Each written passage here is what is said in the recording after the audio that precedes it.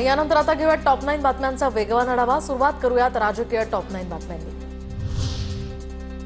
दोन्ही पवार एकत्र येण्याला तटकरे प्रफुल्ल पटेल यांचा विरोध, तर पवार काका पुतणे एकत्र येण्यावर राष्ट्रवादीमध्ये दोन मतप्रवाह, खासदार राऊतांचा मोठा दावा।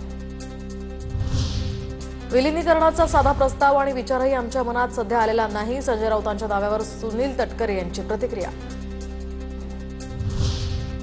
तर शिवसेना मनसे एकत्र येण्याला संजय राऊतांचा विरोध, राऊतांनी त्यांच्या पक्षाची काळजी करावी, राऊतांचं वक्तव्य बावळटपणाचं, मिटकरींचीही राऊतांवर टीका।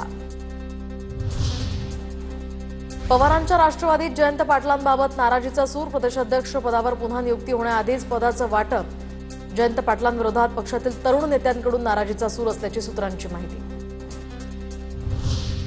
भाजपातनं रणजित सिंग मोहितेंचा विषय संपलाय, मोहिते पक्षाच्या बैठकींना येतात, ही लाचार प्रवृत्ती, राम सातपुतेंची आमदार रणजित सिंग मोहिते पाटलांवर सडकून टीका।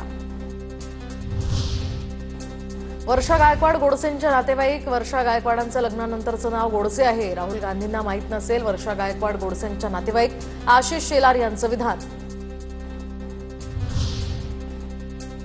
तर शेलार बौद्धिक दिवाळखोरी वेळोवेळी सिद्ध करतात, वर्षा गायकवाडांचं आशिष शेलार यांना प्रत्युत्तर, माझं आणि माझ्या नवऱ्याचं नथुराम गोडसेशी नातं नाही, गायकवाडांचं स्पष्टीकरण।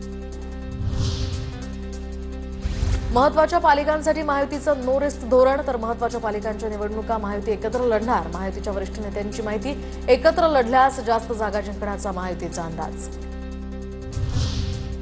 स्थानिक स्वराज्य संस्थांच्या निवडणुका सप्टेंबर किंवा ऑक्टोबरमध्ये होऊ शकतात, निवडणुका महायुती एकत्र म्हणूनच लढणार, बावनकुळेंची माहिती।